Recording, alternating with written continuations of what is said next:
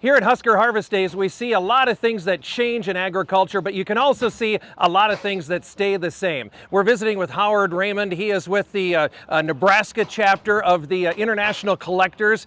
Thanks for visiting with us here today. At Husker Harvest Days, like we said, you see a lot of new things, but you're showcasing a lot of old things here. Tell me what's on display. This is 1923 was the very first Farmall that was produced and came on the market. The Farmall tractor is the tractor that changed the whole way of agriculture for the United States and for the world, and got the farmer away from the horse and the mule and got him into mechanized agriculture in a more productive way. Now, this particular machine that we're standing beside, this is an interesting story. Tell me about this particular tractor. This is a WD-40. This is America's first diesel wheel tractor. It's a very unique engine in that it starts on gasoline and then switches over to diesel. So it has a redundant system on it.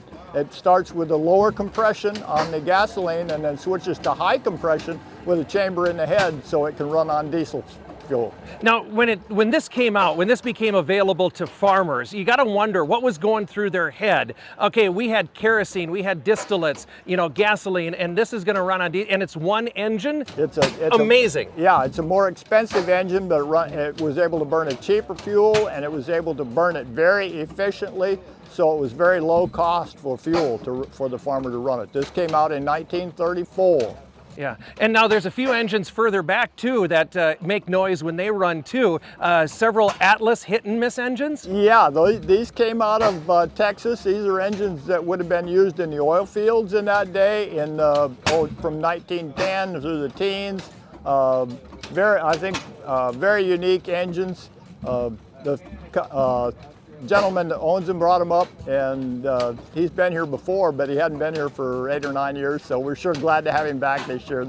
A lot of people have been watching those engines run all day, every day. A lot of consistent power with that. You said oil fields. Where else would an engine like that have been used? They would be used to run generators for electricity for small towns back in that day, because they didn't have rural electric, didn't have electric through from communities weren't connected from one to another. If they wanted electricity, they had to make their own. Pumping water, running machinery in factories, they were used for that. They would run transmission lines through the building and run belts off the line, and to run multiple machines with one engine. All right, very good. And again, like we said, this is a lot of old technology that still runs very well. It's so neat to see this, to see where we've been, to understand the importance of where we're going, like what else is on display at Husker Harvest Days, right? That's right, exactly. All right, very good. So last day of Husker Harvest Days on Thursday here. And again, when you look at the new, stop by and remember what it's like, what the old way was like as well.